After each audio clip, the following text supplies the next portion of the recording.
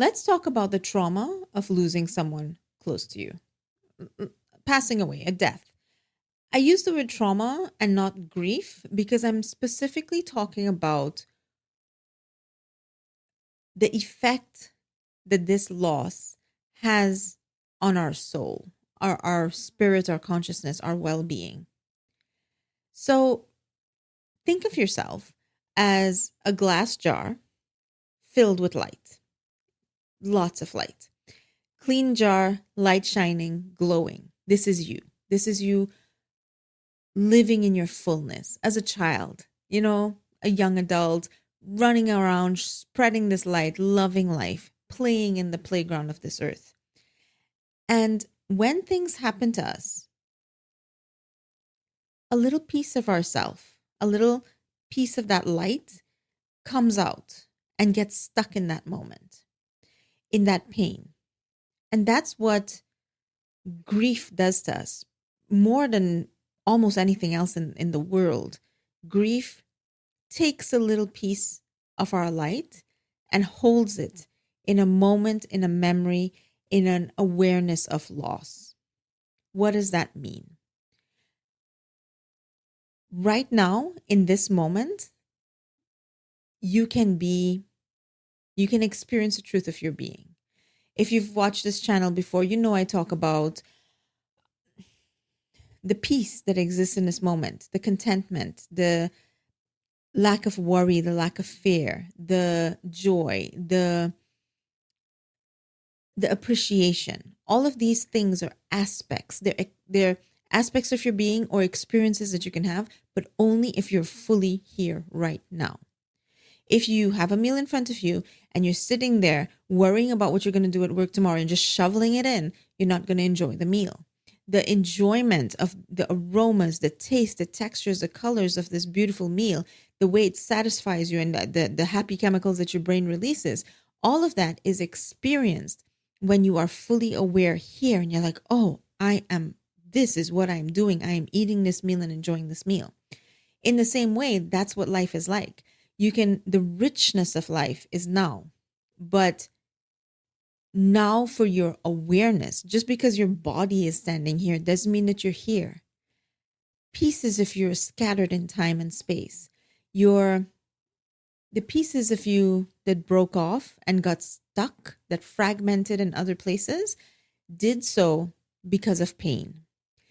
When we encounter a moment and our hearts break, or we feel fear, or we feel vulnerable, or we go, I make this make sense. This is not making sense. What is this? A little piece of us gets stuck in that moment. What does that actually look like? It looks like either your awareness is constantly going back there. Your emotions are based on that moment. Your thoughts are based on that moment. And because of that, your awareness, your consciousness is there and not here.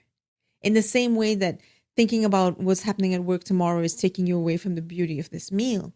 In the same way, having your awareness, your emotions, your fears, your unconscious driving patterns based on something in the past is what is preventing all of you from being here and loving life now. So we get stuck in these moments and we don't realize it. And what happens with loss is that it's such a disturbing thing that we get stuck in the loss. And I'm not diminishing the fact that loss hurts, but you loved that person. You loved that person's life. You loved decades of their life. You loved the bond that you had, the memories that you created and shared together. You love their impact on you. You love what they taught you. You love what they encouraged you to be, the parts of you that they encouraged to blossom. And here, what you inadvertently did without really realizing it, the unconsciousness of the pain caused you to reduce their life to the moment of loss, or maybe the moment of loss plus a few months or years of disease and degeneration before the loss. So now this beautiful thing that you were blessed with a relationship, you were blessed with love, you're blessed with bonding and guidance and friendship. And now, whenever you think of that person, you're only thinking of, oh, what happened? It's so tragic. It's so unfair. It shouldn't have happened. Those doctors, the hospital, the accident, that driver, it shouldn't have happened. And you dishonor, let's say, all of the beauty that person was in your life, and now all that person is a trigger of pain. You can't even think of the person because you just, in your gut you just feel it and you're like, no, I'm not going to go there. So you're both stuck there and also avoiding there, but still you're stuck there because it's the unprocessed event that is causing you to be so disturbed by it that you can't really look at it. Either way, it's still influencing your life. So now this has taken away your ability to enjoy this moment. It has dishonored the love and influence that this person had in your life by reducing their memory to only pain and tragedy. And it has taken away your wellness, basically. And that person loved you and wouldn't want you to not be well. The other thing that happens also, let's be honest, is that we are faced by the root fear of all fears that every human being goes through, which is, oh my God, we're finite. I'm finite. I could end, and I could end without warning. And everybody I love could end without warning. So here now you have this absolute spiral because you have vast range of emotion reduced to only pain. You have the unbelievable beauty and contentment of this moment inaccessible to you because you're not in this moment. And then you have yourself riddled with a primal fear of existence, of the unpredictability and uncontrollability of life. Wow. Okay. So I'm not here to trivialize that. And I'm not here to say, oh, well, that sucks. You're stuck in that. I always try to give you advice or guidance that can help you in this moment to make things better. What can we do? What can we do? We have to, well, it depends on what you want. What do you want? And you have to get to the point where the desire, the will, is to be well. I want to smile again. I want to be happy again. I want to laugh again. The part of me that I lost when I lost that person, I want that to return. That's step one. You have to get to the point where you want it. You look at your life and you say, I want to enjoy life. I want to smile. I want to laugh at the things that my friend and I used to laugh at together instead of having that not accessible to me anymore. And then you have to realize that that can only happen when you are comfortable with all of yourself and all of this moment. And then you have to take control. You can't just wait. That's the other problem that happens. Any kind of trauma removes our authority, our agency, our realization that I control my awareness. I control my state. I control my body. I control my mind. And that loss of I, that loss of self is what makes us now become victims and say, I wonder when this will stop. But part of the awakening process is returning to that I and realizing, wait, it's time for me to make this stop now. And what you have to do is you have to return to being comfortable as yourself. You've been separated from yourself. You've become uncomfortable experiencing the existence, the being, that consciousness that you are. And guess what? The advice that I give for every situation is, if you want to use an overused word, is meditation. But let's look at what meditation actually means. Meditation means sit in the state of I, the authority of your system. Call your consciousness back from where it's being distracted. Call it back here. Call your awareness to one place and say, let me experience here, this, now, me, I. And I decide that I'm not going to be uncomfortable by this. I'm not going to be freaked out by this. I'm not going to avoid this. And I'm going to teach myself to be comfortable in this very specific moment, not thinking about the next moment or looking back and being like, that was a good moment. No, no. This moment right now, be here completely now, now, now. What does it do? It reminds you of what you are. First of all, it makes you comfortable with what you are. And it reminds you, wait, I am okay. I am full. I am complete. I do have access to all the good memories. I do have access to the joy and the smiling and the laughter and all those other things that I had been denying myself. It makes you feel well. It makes you comfortable feeling well. It's the retraining of your system. It to say, I'm okay being as I actually am. Because whatever happens, trauma of any nature, sends up these watchmen, these sort of protective aspects of our mind and our nature, and the brain starts, and we just become super cautious, super vigilant, super uncomfortable, so uncomfortable with this moment that we can't be still enough to fall asleep, because right before sleep is stillness. So the spiral, and you're retraining. You're telling all the guards to stand down, stand down. I'm okay. I'm well. You're telling the pain to say, listen, pain, I'm not going to suppress you. I'm going to sit with you. I'm going to honor you. And because I'm comfortable. I'm comfortable being. So I'm comfortable being with what is, and what is inside of me is some pain.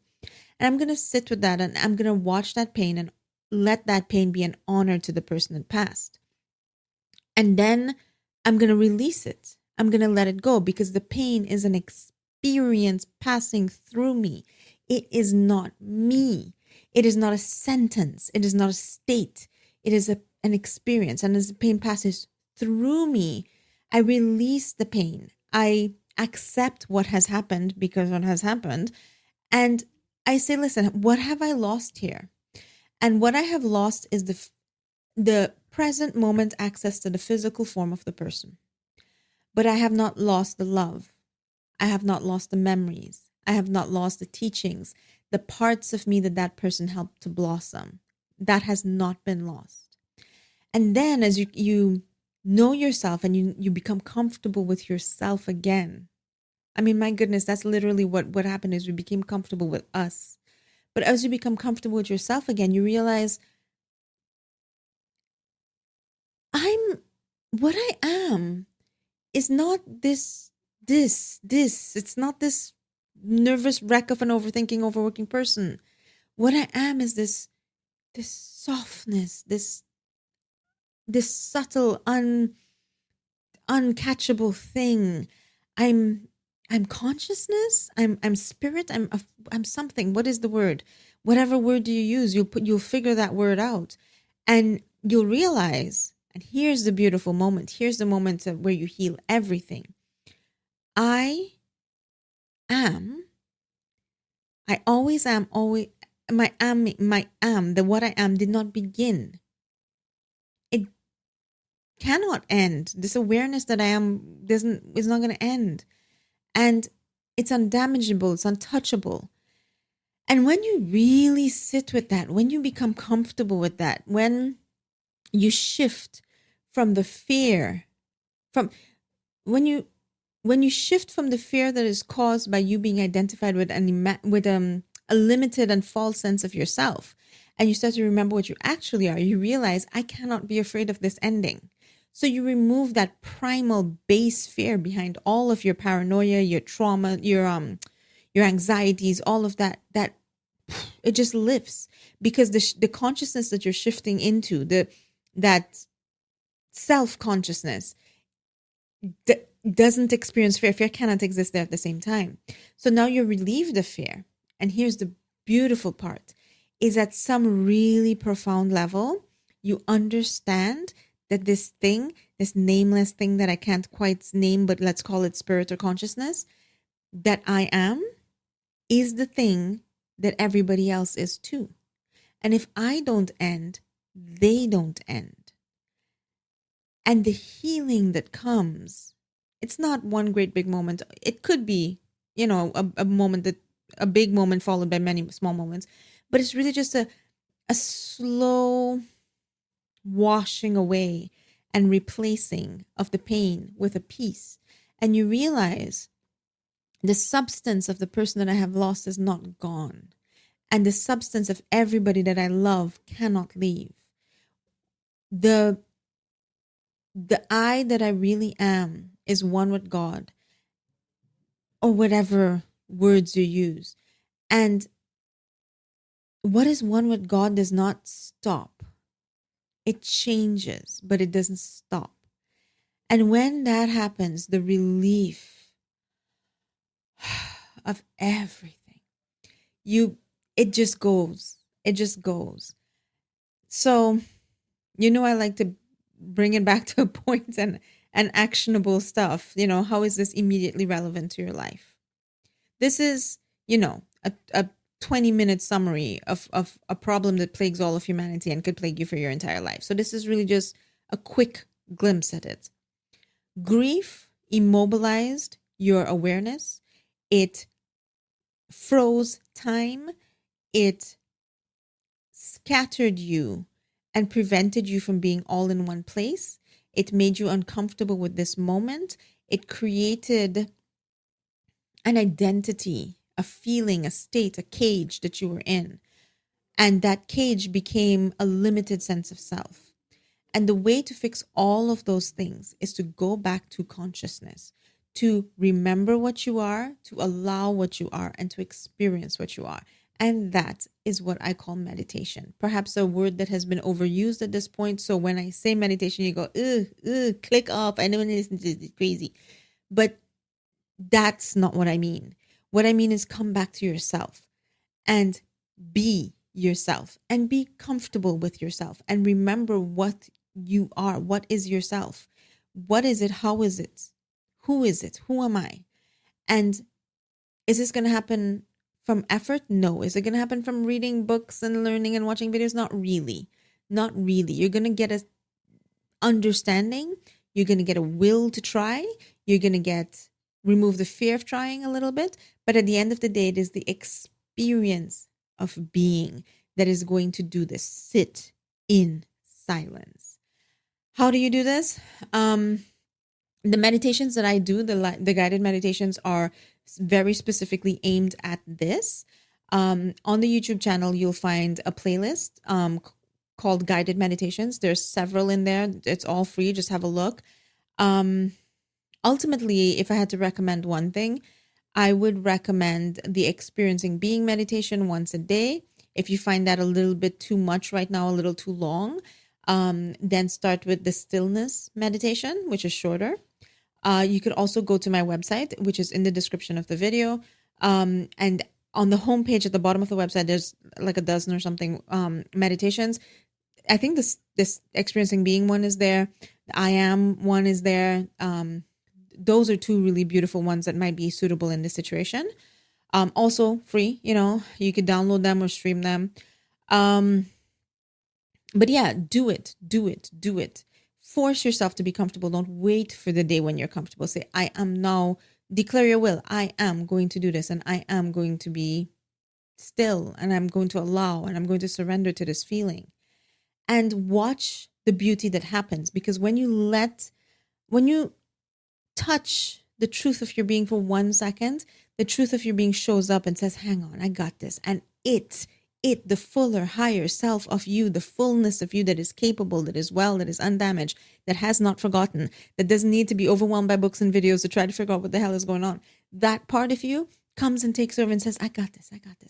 And it cleans up everything. It heals you. It hugs you. It embraces you. And it holds you while you go through the process of releasing pain. If you want support with this, like in terms of doing it live, I run a weekly event called The Pause. The information is also in the description of the video. And I will hold space for you, and I will help you as you become comfortable with the state that you've never really fully experienced. So check out those resources and say yes to being well again. Honor the love that caused you pain by allowing yourself to be the fullness of your being, to express the very thing that that person loved in you, to honor them by saying, I will be the way you always encouraged me to be. I will be the beautiful soul that you saw in me. That's the true way to honor someone that we have lost. So thank you for watching. I hope this was helpful, and have a wonderful day, everyone.